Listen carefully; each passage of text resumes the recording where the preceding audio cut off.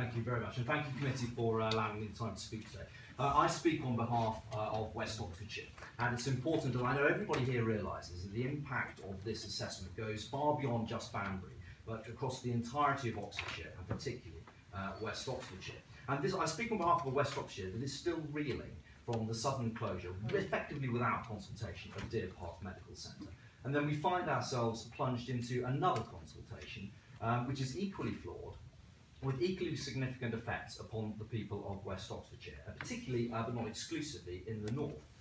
And so I will start by talking about the process, but I would also like to talk about the safety and the future of Chipping Norton. Now, as far as process is concerned, and again, having had one inadequate consultation, we now have a consultation that is split into two stages, and that has been opposed by the MPs and opposed by this very committee. It is one that does not, I would suggest, work in circumstances when we are looking at the future of healthcare in Oxfordshire as a whole. It tends to the suggestion that we have a consultation which is simply geared to one outcome, that the decisions have already been taken, that this is not a real functioning and operative consultation period. The process, I would suggest, does not work when you have insufficient consideration for the amount of housing and the population growth that we have across Oxfordshire as a whole. Now, page 12 of the consultation says it accounts for growth of 700 births per annum. Now, I'd suggest that's likely to be at the very bottom end of the growth that we will have, given the amount of housing that we have in West Oxfordshire and beyond.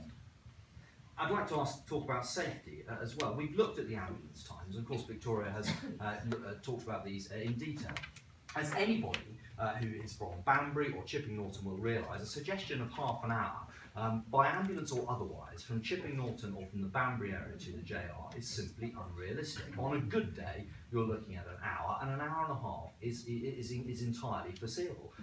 It's the reality that is the important point in this consultation. We are talking about Oxfordshire, which has small villages, which are often remote, which are accessed down small lanes, and which in wintertime in particular can become almost inaccessible. It's for this reason that it's essential that for reasons of safety, there are full obstetric services and a full range of other hospital services, but I'm concentrating particularly upon maternity, at the Halton.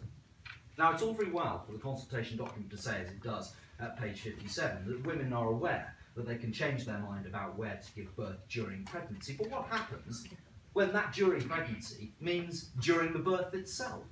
It's all very well until something goes wrong. And that's the circumstance we should be looking at in this consultation. Not a best case scenario when everything works as planned, when we're looking at something on the basis of research and documents, but when something goes wrong. Because it's lives that we're talking about here. It's the safety of mothers and children, and that's what we risk for people in West Oxfordshire and in Banbury if the proposals go ahead in the form that is suggested. And I'm particularly concerned about the future and what is envisaged for Chipping Norton maternity unit. And if we look at page 64, we can see that on the response of the document, this isn't concerns that are raised by the public, but in the actual response, we are anticipating, since the temporary provision of the HGH MLU, the births at the Chipping Norton MLU are projected to reduce by 17% in a full year. It is anticipated that this trend would continue if the decision is made to provide a permanent MLU service in Banbury.